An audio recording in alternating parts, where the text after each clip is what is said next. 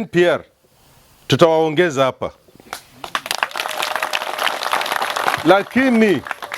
Lakini mmesikia governor akisema kwamba hili tatizo litakuja kumalizika tukitatua yale mambo yanahusiana na shamba na ardhi.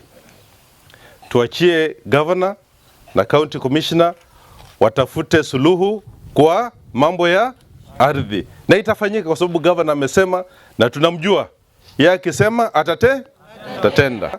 Tutaomba serikali, barua itaandikwa leo tu na Regional Police Commander, tupewe NPR wengine wengi wa sehemu hii. Alafu pia mwanajeshi wetu huyu mkuu wa majeshi hapa Colonel Tiony amekubali kwamba ataweka kikosi hapa mpaka tarehe 15. Kikosi hakitoki mpaka tumalize nini? Police station, na askari wamefanya nini? Wamefika. Mwanzo kutoa salamu zangu za rambirambi pamoja na serikali yote ya county, na pia mimi na hakika hata rais hii jambo amesikia na limemuuma roho, na ndio mnaona Regional Commissioner na timu yote iko hapa. Na hii hatutaki watu porojo waanze kusema hii ni Al-Shabaab. Hao wanaosema ni Al-Shabaab wanawajua hao Al-Shabaab.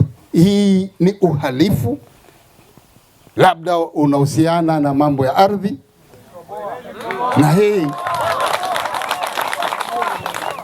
na hapa wako wale in charge ya security, na hili jambo watafuatilia, na mimi kama gavana wenu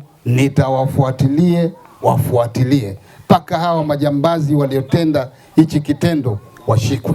Hii jambo lisitutie uoga, na tayari serikali kupitia vitengo vyake vya security patrols zitaongezwa huku, na mkiona watu hawafahamiki pelekeni habari pale inapofaa. Na sisi kama county tutashirikiana na security. Nimesema wakisema manyumba hakuna, nitapeana hizo mabamba 100 kwa mara moja, wapate kujenga hizo manyumba na mapolisi waletwe hapa.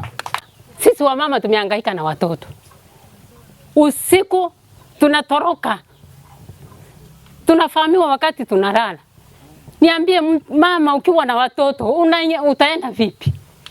Unaangalia mume wako wakati anawekwa chini anachinjwa, uambiwe uangalie bwanako vyenye anaenda. Hebu angalia, hiyo ni huzuni kiasi gani?